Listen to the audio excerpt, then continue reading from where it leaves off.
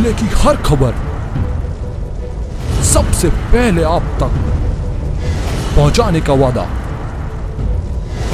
बस। नमस्कार, आप देख रहे हैं पद्मेश 24/7 कृष्णा सेंडे के साथ। बुलेटिन की शुरुआत करते हैं हेडलाइन से।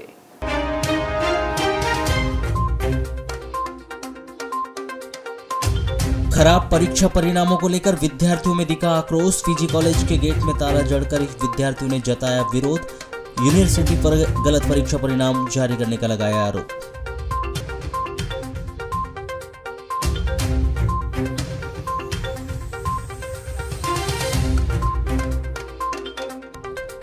NH 543 मार्ग चौड़ीकरण पर लग सकता है ग्रहण। भूमि अधिग्रहण के मुआवजे पर किसानों ने जताई आपत्ति। 10 गुना मुआवजा देने की लगाई गुहार।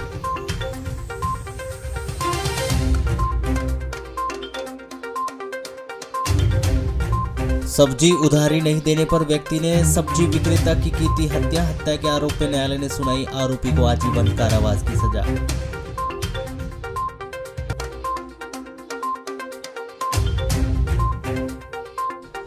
हिंदुत्व की प्रखर आवाज। डॉक्टर प्रवीण भाई तोगड़िया का हुआ बालाघाट प्रवास। सरकार पर निशाना साधते हुए कहा, सरकार गंभीर होती तो करोड़ों युवा नहीं होते बेरोजगार और किसान नहीं करते आत्महत्या।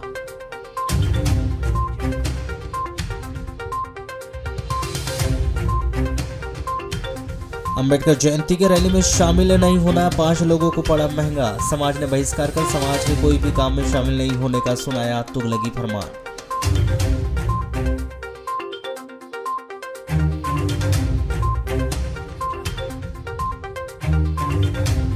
जिले भर में हर्षोल्लास के साथ मनाई गई शिरोमणि महाराणा प्रताप की 483वीं जयंती। महाराणा प्रताप की प्रतिमा पर माल्यार्पण कर किया गया याद। लोग छोटी छोटी बातों पर या किसी की भी बहकावे में आकर छोटी छोटी बातों को लेकर समाज के कुछ लोगों का हुक्का पानी बंद कर उनका समाज से बहिष्कार कर देते हैं। बौद्ध समाज के लोगों के द्वारा भी गांव के ही बौद्ध समाज के 4 से 5 लोगों का समाज से बहिष्कृत किए जाने का ताजा मामला वारासुनी थाना क्षेत्र के अंतर्गत आने वाले ग्राम पटेल टोला कटंगझरी में सामने आया है, जहां 19 तारीख को आयोजित डॉक्टर बाबा साहेब अम्बेडकर जयंती रैली में शामिल न होने पर बौद्ध समाज के पदाधिकारियों ने गांव के ही 4 से 5 बौद्ध समाज के लोगों का सामाजिक बहिष्कार किए जाने का न सिर्फ तुगलकी फरमान जारी किया, बल्कि समाज के शादी ब्याह सहित अन्य किसी काम में उनको शामिल न करने का भी आदेश जारी किया गया। इसके अलावा समाज में शामिल होने के लिए उनसे 6,000 रुपये तक का अर्थदंड भी लगाया गया, जिसकी शिकायत समाज से बहिष्कृत लोगों ने 24 अप्रैल को वारासुनी थाने में दर्ज कराई। बावजूद इसके कि अब तक पुलिस के द्वारा इस मामले में कोई कार्रवाई नहीं की गई, जिस पर अपनी नाराजगी जताते हुए समाज से बहिष्कृत ग्रामीणों ने मंगलवार को कलेक्टर कार्यालय में ज्ञापन सौंपते हुए इंसाफ दिलाए जाने की गुहार लगाई। मैं ये समस्या लेकर आया था कि मुझे समाज के लोगों ने बहिष्कार किया और मुझे 21,000 रुपए से दंडित किया गया। कौन से समाज के लोग हैं? मैं बौद्ध समाज से हूँ। मुझे 4-5 लोग मिलकर समाज के 4-5 लोग मिलकर जो पदाधिकारी है उन लोगों का कहना है कि हम तुम्हें समाज से बहिष्कृत करते हैं और 21,000 रुपए का जुर्माना ठोकते हैं। क्या बहिष्कृत करने वाले आपकी समाज के लोग? जी हाँ, हमारी समाज के लोग। क्यों बहिष्कृत किया, क्या वजह बताएं? उनका कहना यह है कि आप लोग कार्यक्रम में नहीं आए, जो कि हम कार्यक्रम में पहुंचे हुए थे। कौन से कार्यक्रम की बात है? जयंती का कार्यक्रम 19 तारीख का था, डॉक्टर अम्बेडकर जयंती का। कहाँ का मामला? ग्राम पटेल टोला कटंगझरी। आपको अकेले को ही किया गया है, अलग समाज से नहीं, 4-5 लोगों को किया गया है, जिसमें किसी पे 3,000, किसी पे 5,000, किसी पे 21,000 रुपए रखा गया है। तो क्या आप लोग पैसे देना नहीं चाहते? नहीं, लेकिन मेरा कहना यह है कि कहाँ लिखा हुआ है कि संविधान में कि किसी से दंडित किया जाए और जुर्माना लिया जाए। तो इसकी शिकायत आपने संबंधित थाने में दर्ज कराई? संबंधित थाने में भी दर्ज कराई थी, कलेक्टर सर के भी के यहाँ भी दर्ज करवाया था। कब करवाए थे आप? यहाँ पे 24 तारीख को। तो अब तक क्या कार्रवाई? अभी तक कोई कार्रवाई नहीं हुई है। मैं शासन से यही चाहता हूँ कि कार्रवाई होना चाहिए। लालबरा नगर मुख्यालय के हृदय स्थल बस स्टैंड स्थित हेडपंप के समीप गड्ढा खोद दिया गया, जो दुर्घटना को आमंत्रण दे रहा है। बस स्टैंड परिसर व अन्य स्थानों पर गंदगी का अंबार लगा हुआ है, जिससे स्थानीय दुकानदार व राहगीरों को खासा परेशानियों का सामना करना पड़ रहा है। बस स्टैंड में प्याऊ नहीं खोला गया। ऐसी स्थिति में स्थानीय दुकानदार व राहगीर बस स्टैंड स्थित हेडपंप का दूषित पानी के लिए पीने के लिए मजबूर है, क्योंकि हेडपंप के आसपास गंदगी का अंबार लगा हुआ है और उक्त हेडपंप का पानी पीने से लोगों के स्वास्थ्य पर भी बुरा असर पड़ रहा है।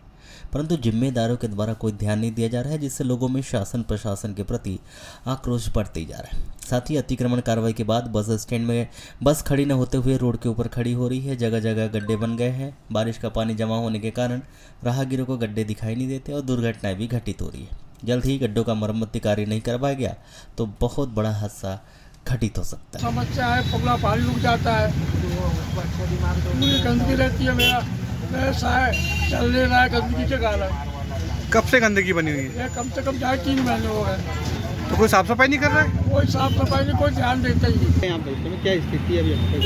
ये यहाँ की स्थिति तो बहुत ख़राब चल रही है। प्रशासन ध्यान नहीं दे रहा है। साइड में इतना बुरा गड्ढा है कि गाड़ी आने जाने, और गाड़ी जाती है तो बेचारे यात्रियों को, यहाँ से आवागमन करने वालों के कपड़े ख़राब हो रहे हैं। प्रशासन ध्यान नहीं दे रहा है। साइड में जब इस विषय पर दूरभाष पर चर्चा में मुख्य कार्यपालन अधिकारी गायत्री कुमारी सारथी ने बताया कि अतिक्रमण कार्रवाई के बाद बस स्टैंड के हाईवे रोड किनारे बस लगने से कुछ स्थानों पर गड्ढे बन गए हैं। उसका मरम्मती कार्य व बस स्टैंड में फैली गंदगी की जल्द ही साफ सफाई करवा दी जाएगी। परीक्षा परिणामों को लेकर छिंदवाड़ा विश्वविद्यालय का रवैया सुधरने का नाम नहीं ले रहा है। पिछले दिनों बीए, बीएससी और बीकॉम फर्स्ट ईयर के विद्यार्थियों का छिंदवाड़ा विश्वविद्यालय के द्वारा परीक्षा परिणाम जारी किया गया, लेकिन जारी किए गए इस परीक्षा परिणाम में अधिकांश विद्यार्थी फेल हो गए। वहीं कई विद्यार्थियों का परीक्षा परिणाम गलत बता रहा है, जिसको लेकर विद्यार्थी खासा नाराज है, जिसके चलते जिले के विभिन्न कॉलेजों के बच्चे मंगलवार को पीजी कॉलेज पहुंचे, जहां विद्यार्थियों ने कॉलेज प्रबंधन के खिलाफ नारेबाजी करते हुए रिजल्ट खराब आने पर अपना आक्रोश जाहिर किया। वहीं कॉलेज गेट में तालाबंदी कर जमकर हंगामा मचाया। विद्यार्थियों का आरोप है कि छिंदवाड़ा विश्वविद्यालय प्रबंधन के द्वारा जारी किए गए परीक्षा परिणामों में ज्यादातर विद्यार्थी फेल हो गए। वहीं विद्यार्थियों के परीक्षा परिणामों को लेकर विद्यालय प्रबंधन के द्वारा पूर्व की तरह रवैया अपनाया जा रहा है। उधर विद्यार्थियों के बढ़ते जा रहे आक्रोश को देखते हुए प्राचार्य गोविंद सिरसाठे ने तुरंत ही कॉलेज गेट का ताला खुलवाया और विद्यार्थियों से मुलाकात कर तुरंत ही एक कमेटी बनाकर बच्चों के आवेदन स्वीकार कर उनकी समस्या का निदान करने की बात कही। तब कहीं जाकर बच्चों का आक्रोश शांत हुआ। विद्यार्थियों ने बताया कि छिंदवाड़ा विश्वविद्यालय के पोर्टल में परीक्षा परिणाम नहीं दिख रहा है। जब भी दिखता है बार बार परीक्षा परिणाम परिवर्तित किया जा रहा है। किसी विद्यार्थी को कभी पास तो कभी फेल दिखाया जा रहा है, तो कभी उसी बच्चे को पूरक दिखाया जा रहा है। वहीं सीसी के अंक भी लगातार परिवर्तित किए जा रहे हैं। वहीं कुछ छात्रों को बहुत कम अंक दिए गए, तो वहीं कई छात्रों को 1 अंक भी नहीं मिला। इसके अलावा छिंदवाड़ा विश्वविद्यालय के द्वारा सभी बच्चों को परीक्षा परिणाम भी उनका घोषित नहीं किया गया और कुछ बच्चों का परीक्षा परिणाम आया है तो कुछ बच्चों का परीक्षा परिणाम अब तक नहीं आया है। जो परीक्षा परिणाम आया है उसमें किसी को पास तो किसी को फेल कर दिया गया। वे चाहते हैं कि जो बच्चे फेल हुए हैं उन बच्चों की मार्कशीट का पुनः मूल्यांकन किया जाए और संतोषजनक परीक्षा परिणाम घोषित किया जाए। तालाबंदी का उद्देश्य हमारा ये था कि जो बच्चों के साथ फर्स्ट ईयर के रिजल्ट में समस्या आई है, कुछ बच्चों का सीसीई के नंबर नहीं चढ़ाए गए हैं जो कि चढ़ाए जा सकते थे सही तरीके से। एब्सेंट दिखा रहा है बच्चों को, कुछ बच्चों का प्रैक्टिकल मार्क्स नहीं चढ़ाए गए। और जो भी रिजल्ट आ रहा है छिंदवाड़ा यूनिवर्सिटी की ओर से, उस रिजल्ट में हमेशा एक बात देखी गई है कि उसमें कुछ ना कुछ समस्या रहती ही है, तो समस्या का समाधान भी हमें समय पर नहीं मिल रहा है। बस तालाबंदी की और विरोध की सूचना उन्होंने नहीं दी थी। उन्होंने कुछ बच्चे रिजल्ट को लेकर के वो आए थे और उन्होंने कहा कि हम विश्वविद्यालय भी गए थे और वहाँ पर भी कुछ हमारे प्रकरण को जो है उस पर सुनवाई नहीं हो पाई, इस पर कार्रवाई नहीं हुई। तो बातचीत उन्होंने करी और बातचीत के दौरान कुछ बच्चे ने ऐसा लगा कि कुछ ताला वाला लेके आए हैं तो ताला लगा दिया। बाद में 2 मिनट बाद ताला खोल दिया। सर क्या मांगे हैं बच्चों की, क्यों नाराज? बच्चों की वाराणसी नगर के दिगंबर जैन मंदिर में श्री दिगंबर जैन पंचायत कमेटी के तत्वाधान में 2 मई से 10 दिवसीय श्रावक संस्कार शिविर का आयोजन किया गया, जिसका समापन 11 मई को किया जाएगा।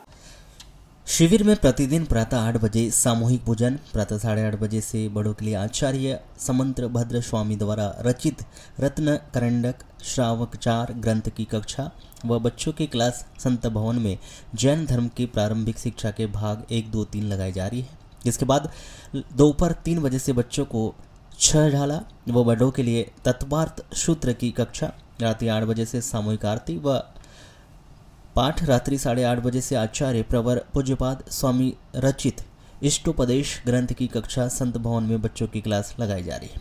बच्चों के विभिन्न सांस्कृतिक कार्यक्रम, चित्रकला, रंगोली प्रतियोगिताओं के माध्यम से सर्वांगीण विकास का प्रयास किया जा रहा है। दिगंबर जैन कमेटी के तत्वाधान में वाराणसी दिगंबर जैन मंदिर में श्रमण संस्कृति संस्थान से आए हुए विद्वानों के द्वारा 2 तारीख से 11 तारीख तक के जो कि श्रावक संस्कार शिक्षण शिविर, जिसमें बाहर से भैया जी लोग आकर, जो आनंद शास्त्री जी इलाहाबाद से और आर्गव जी सहारनपुर फौजबाद से आकर धर्म की शिक्षा दे रहे हैं, जिसमें कक्षाओं में सुबह महान आचार्य द्वारा रचित रत्नकंडक शावकाचार और शाम में इष्टोपदेश ग्रंथ जी की कक्षा चल रही है। और एक और सरकार ग्रामीणों को ग्राम स्तर पर रोजगार मुहैया करवाने की बात कहती है, तो वहीं दूसरी ओर रोजगार तो उपलब्ध करवा देती है, परंतु मजदूरी का भुगतान समय पर नहीं हो पाता, जिसके चलते मजदूरों को आर्थिक व मानसिक रूप से परेशान होना पड़ रहा है और वे जीविकापार्जन के लिए अनेक कठिनाइयों से जूझ रहे हैं। जनपद पंचायत लालबरा के अंतर्गत आने वाली 77 ग्राम पंचायतों का यह हाल है, जहां 30 मार्च 2023 से मजदूरी व 2022-23 का मटेरियल का भुगतान अभी तक नहीं हो पाया। आपको बताते कि ग्राम पंचायतों के माध्यम से ग्रामीण जनों को रोजगार उपलब्ध करवाने के लिए मनरेगा योजना के तहत ग्राम पंचायतों को अधिक से अधिक रोजगार उपलब्ध करवाने के निर्देश दिए गए और इसी परिपालन में जनपद पंचायत लालबरा के अंतर्गत ग्राम पंचायतों में मनरेगा व अन्य योजनाओं के तहत पक्के व कच्चे निर्माण कार्य करवाने के साथ ही मजदूरों को रोजगार उपलब्ध करवाया जा रहा है। किंतु शासन स्तर से विगत 30 मार्च 2023 के बाद से मनरेगा मजदूरों को वर्ष 22-23 का पंचायत को मटेरियल का भुगतान नहीं किया गया, जिसके कारण मजदूरों को साथ ही पंचायतों को भी खासा परेशानियों का सामना करना पड़ रहा है। मजदूरी भुगतान जल्द करवाने की मांग को लेकर जनपद पंचायत व सरपंच सचिव जनपद पंचायत कार्यालय की वे चक्कर लगा रहे, जबकि मजदूर सरपंच सचिव से मनरेगा मजदूरी का भुगतान करवाने की बात कहते हैं, तो उन मजदूरों के से कहा जाता है कि शासन स्तर से ही भुगतान नहीं हो रहा है। ऐसे में मजदूरों को जीवन यापन करने में खासा परेशानियों का सामना करना। जब इस विषय में चर्चा के दौरान जनपद पंचायत लालबरा के मनरेगा अधिकारी रूपेश शिवने ने बताया कि 2 माह से मनरेगा मजदूरों का भुगतान नहीं हुआ है। हमारे द्वारा शासन स्तर पर भुगतान के लिए बार बार पत्र व्यवहार किया जा रहा है, परंतु बजट का अभाव होने के कारण भुगतान नहीं होने की जानकारी सामने आ रही है। हाँ, अभी 30 मार्च 2023 से शासन स्तर से मजदूरी भुगतान की राशि प्राप्त नहीं हो पा रही है, जिस कारण से 30 मार्च से अभी मजदूरी का भुगतान नहीं हो पा रहा है। कितना शेष है? लगभग अगर जनपद लालबरा की बात करें तो लगभग 2 करोड़ के आसपास की मजदूरी भुगतान अभी होना शेष है। कारण क्या लग रहा है? कारण बजट का ही इशू लग रहा है कि बजट शायद ना हो, इस कारण से भुगतान ना हो पा रहा हो। तो जो मजदूर सर काम पे गए हैं उनकी भी यही आस रहती है कि उम्मीद रहती है कि हम जाएंगे और हमको मजदूरी मिलेगी तो परिवार का जीवन यापन चलेगा, पर अभी फिलहाल निर्देश तो यही है कि जो काम चल रहे हैं उनको यथावत चलने दिया जाए।